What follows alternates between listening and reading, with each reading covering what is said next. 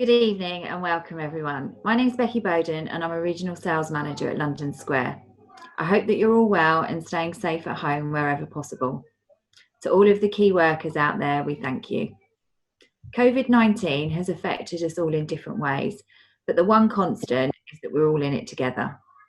During these unprecedented times where many of us are experiencing a change in circumstance, and with the government offering different forms of assistance during this crisis, we wanted to reach out and offer some advice and guidance to property owners. To this end, London Square Intelligence is proud to present its second webinar in this lockdown series, Financial Insight and Guidance, COVID-19 for Property Owners. This evening's presentation will be brought to you by the very knowledgeable and engaging buy-to-let and investment specialist, Gladys Yow, Director of Business Accounting and Taxation Limited. Gladys will cover the recent 2020 budget, as well as ongoing tax changes, information for landlords, the impact of COVID-19, and new measures in place for the self-employed business owners and employees. Before I hand over to Gladys, for those of you who are new to the webinar scene, you'll find a Q&A button at the bottom of your screen where you'll be able to type any questions you have. Please feel free to engage throughout the presentation, and Gladys will endeavour to answer as many questions as possible at the end of the presentation. I hope that you find the presentation informative. Over to you, Gladys. Thank you, Becky. Welcome one and all to my very first UK webinar. We thought it would be helpful to put everything together on a very short presentation that tells you a bit about the budget that was presented on March the 12th, and then some measures the government's put in place for tackling COVID-19. So start with the spring budget. We had a spring budget on March the 12th, which was now seemed like a long time ago. So some headline announcements. Stamp duty was from April 2021, non-residents purchases of residential properties will have to pay an additional 2%. This 2% is on top of the 3% second property surcharge, which is on top of the basic stamp duty rates. How is this to be paid and who by? We only know that it is to be paid by a non-resident. The definition of non-resident hasn't been carved out properly. And I think maybe after the COVID-19, they will give us a little bit more guidance as to what it means to be a non-resident. The other thing that hasn't been properly announced is when and how this will take effect. When we know, April 2021, but how? To what does it apply? Contract signed by March the 12th and completed or mostly completed by April 2021.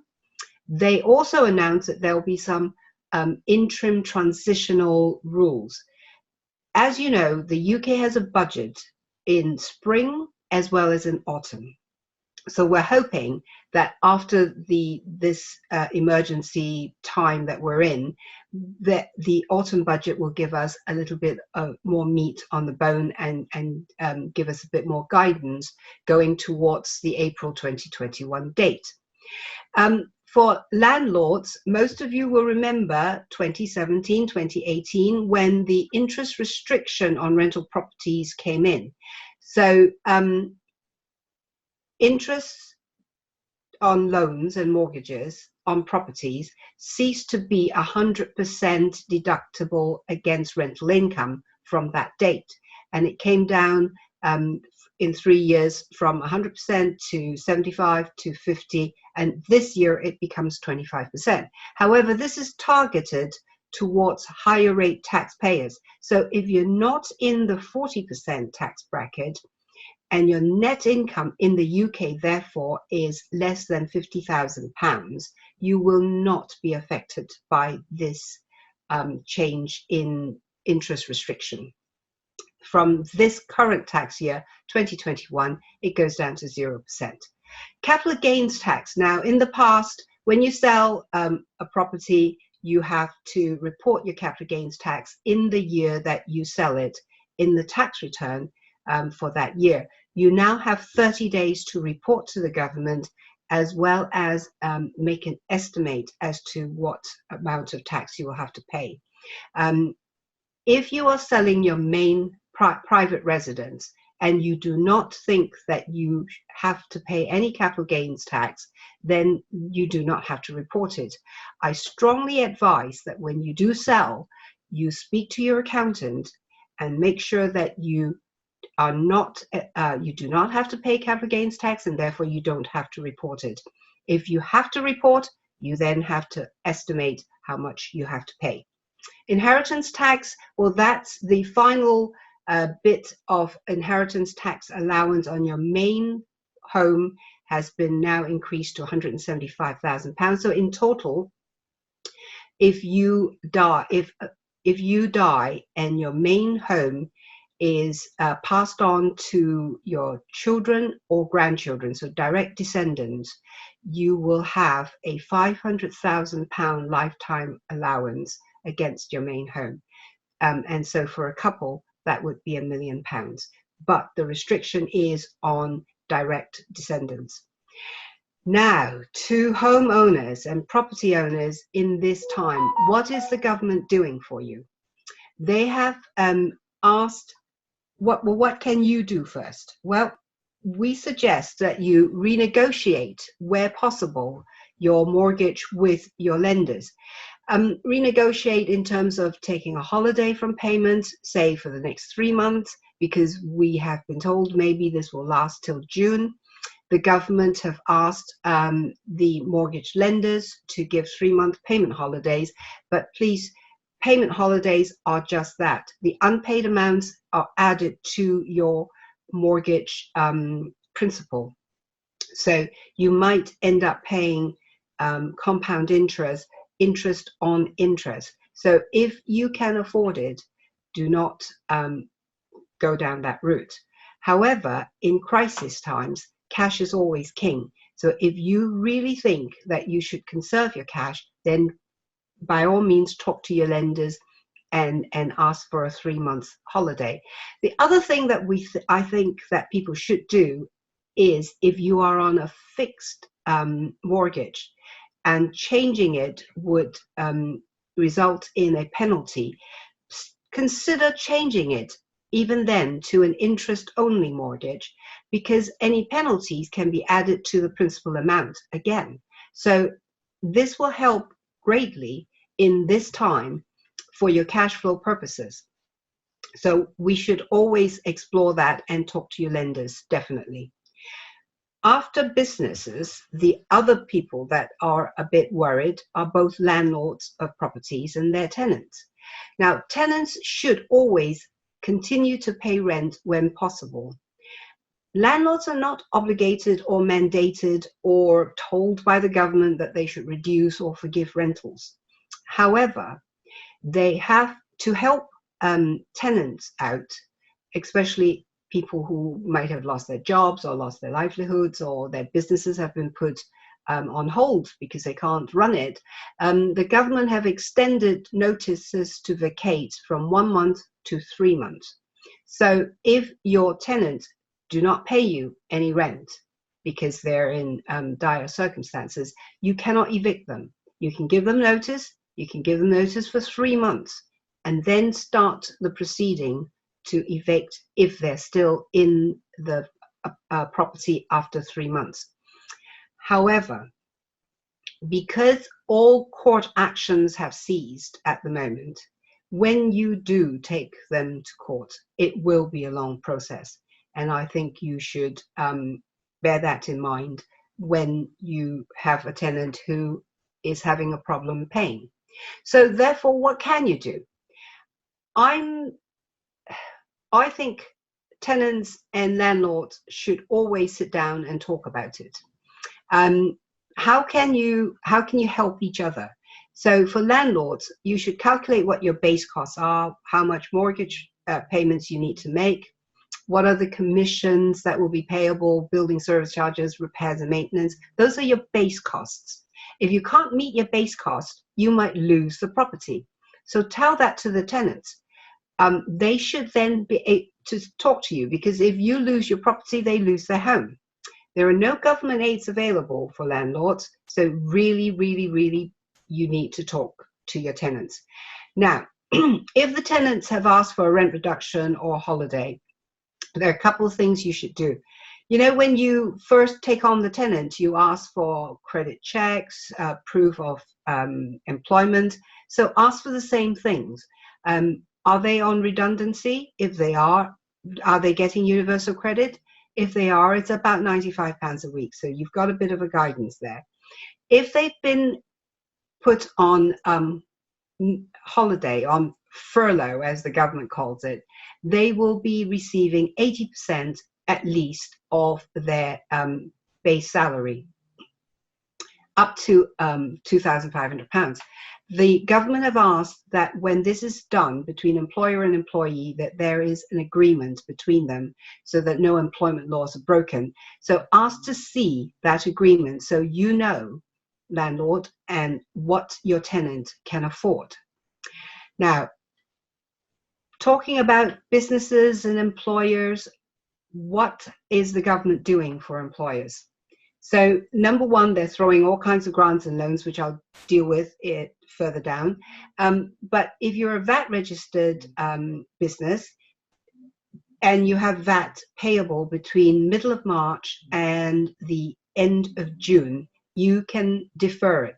You do not have to ask to defer it. All you have to do is file your VAT on time, your VAT report on time, and then pay what you need to pay by March 2021.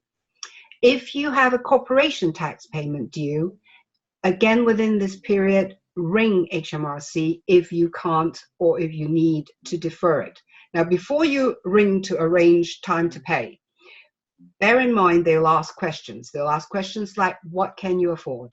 When can you afford? How and why?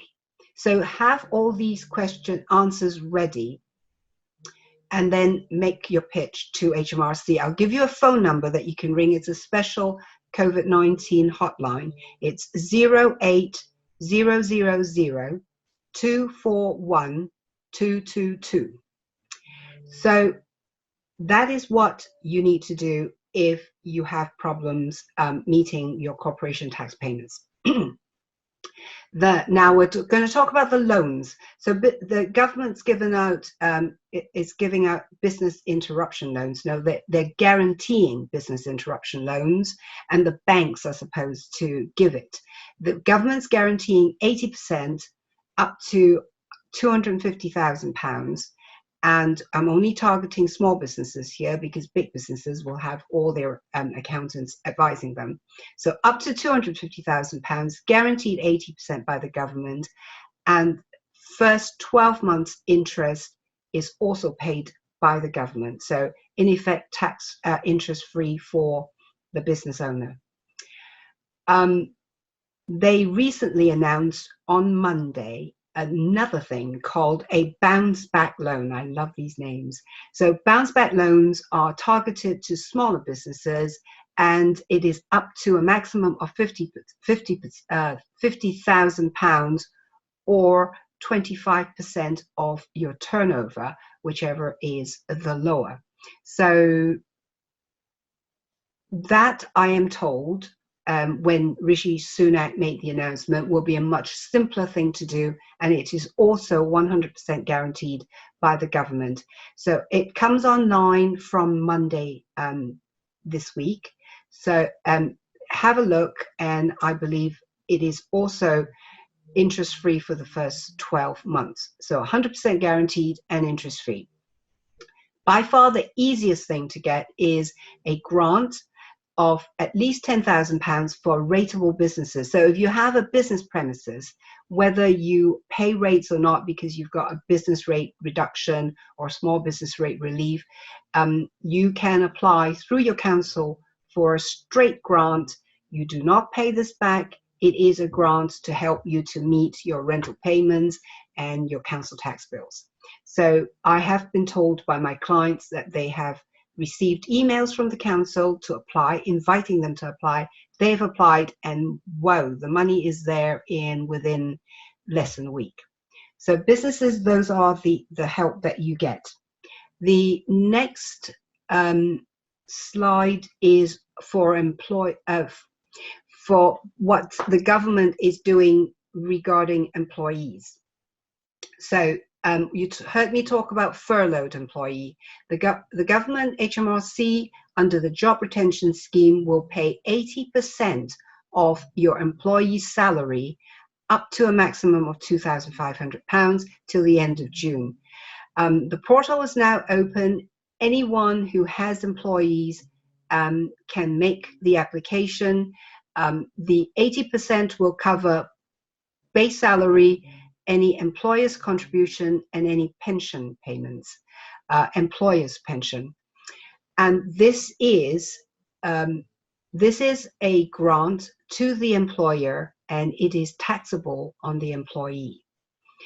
Can directors of company go on furlough? Yes, you can put yourself on furlough. However, while you're on furlough, you cannot be doing any income generating work, but you can do admin work.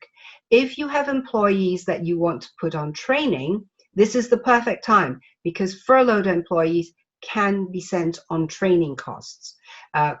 So that's another, it's like fixing the potholes now that we're not driving along the roads.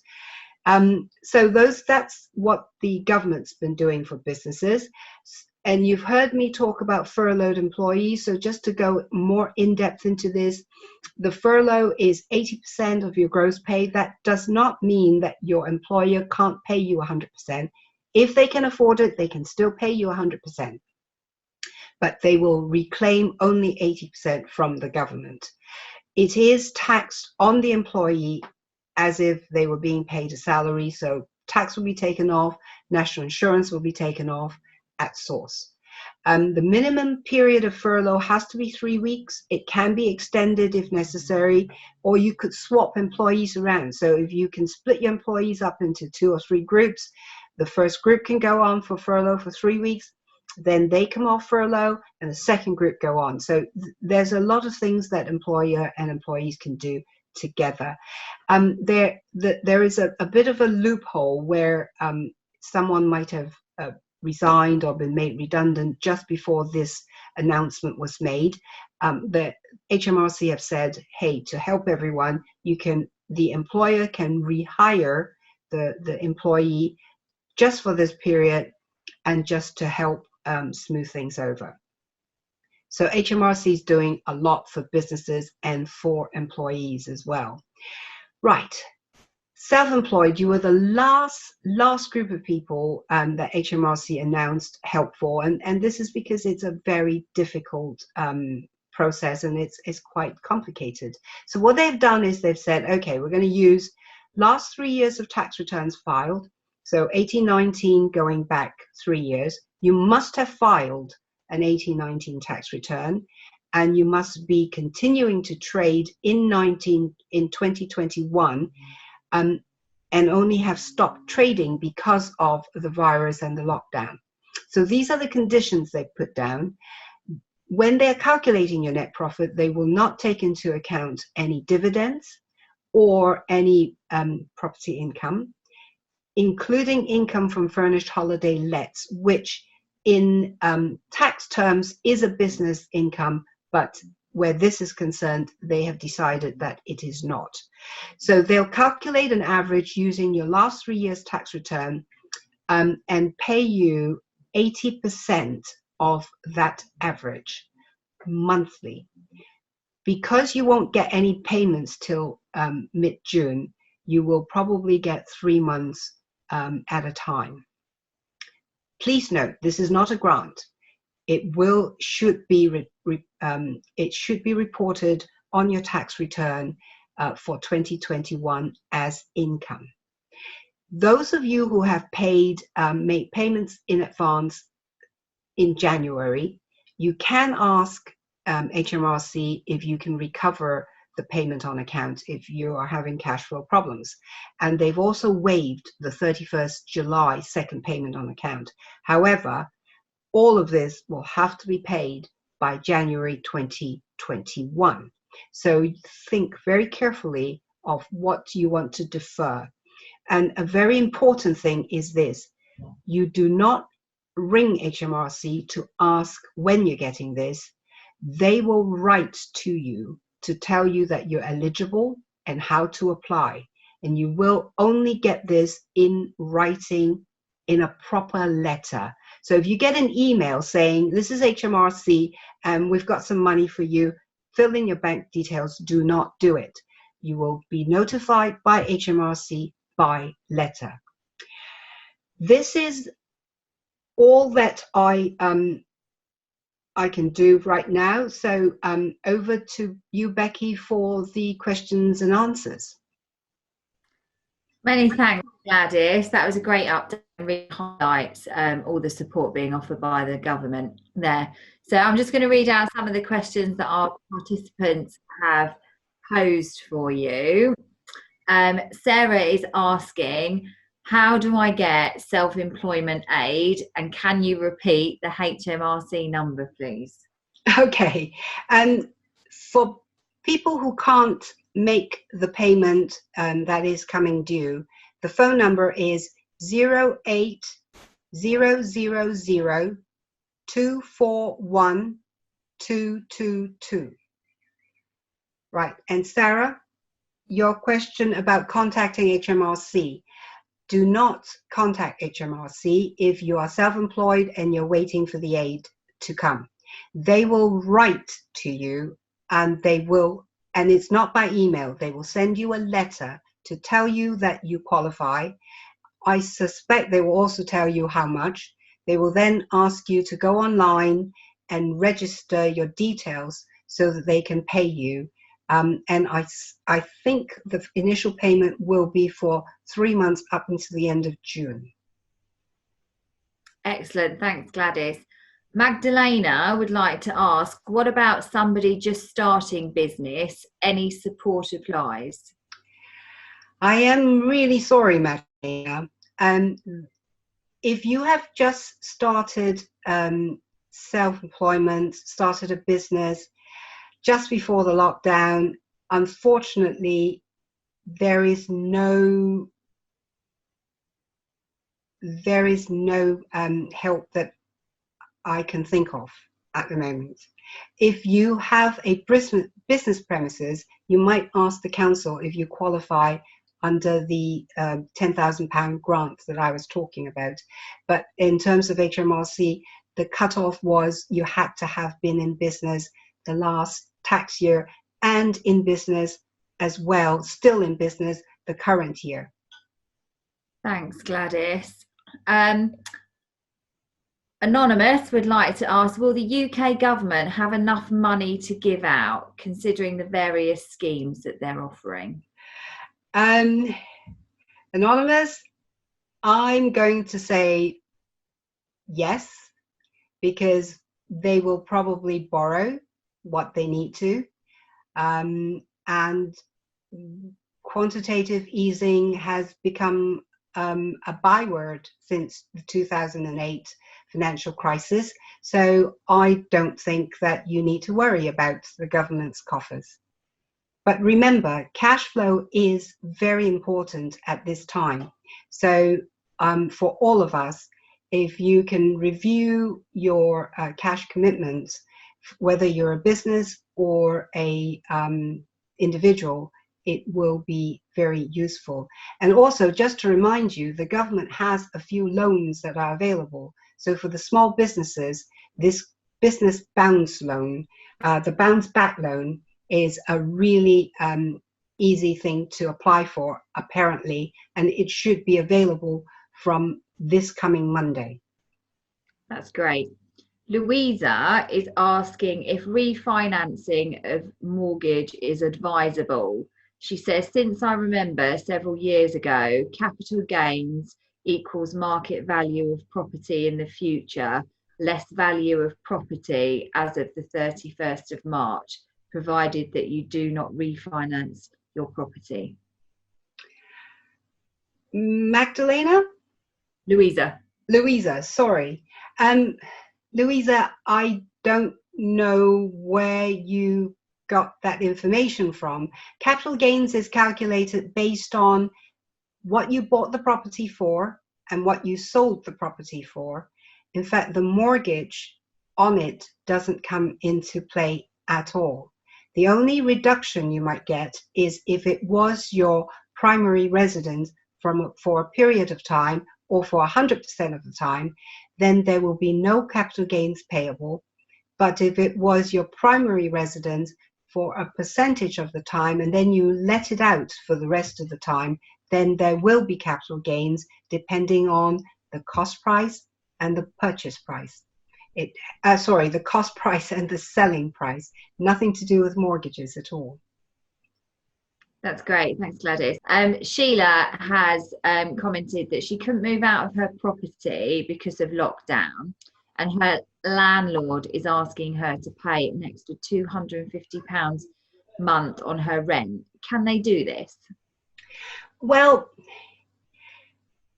number one to remember is you should probably have a chat with your landlord about the extra 250, because if you were to continue to pay per your contract, then that is really at the moment all you're required to do. Because don't forget, if he wanted to ask you to leave, he has to give you 3 months notice, and hopefully by then you will be able to leave on your own terms. So I really suggest, even though there is very little he can do, you should sit down and have a chat with him about the extra 250.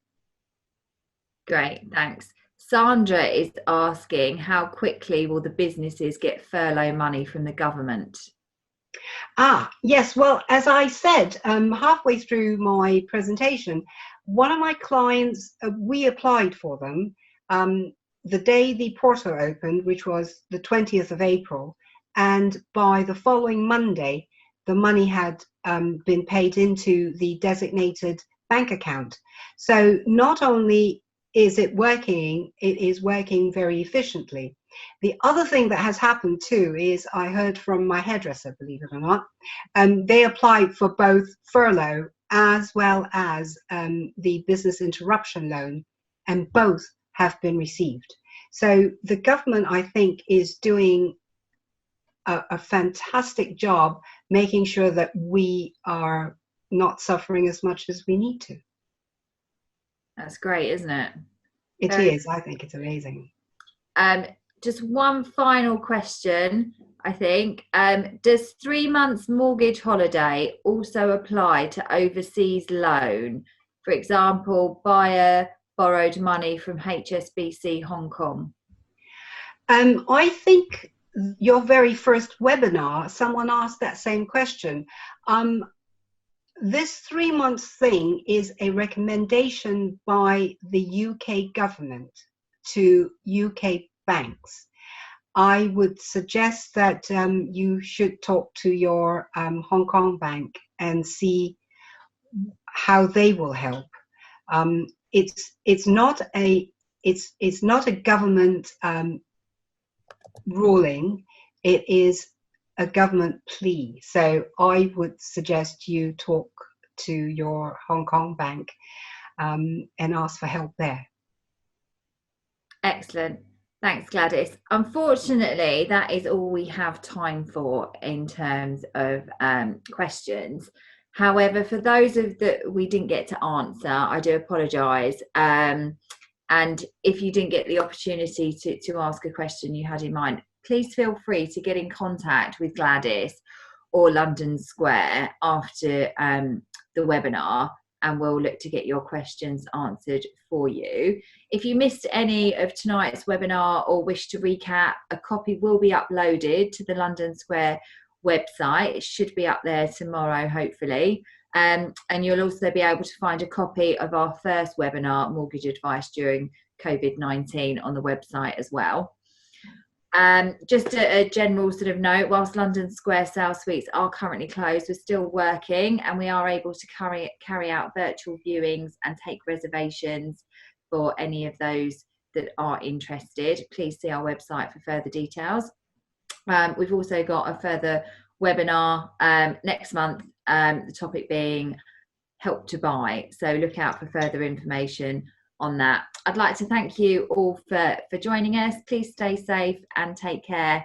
And Gladys, thank you ever so much for... Thank you, London Square, for arranging this. Thank you. Good night, everyone.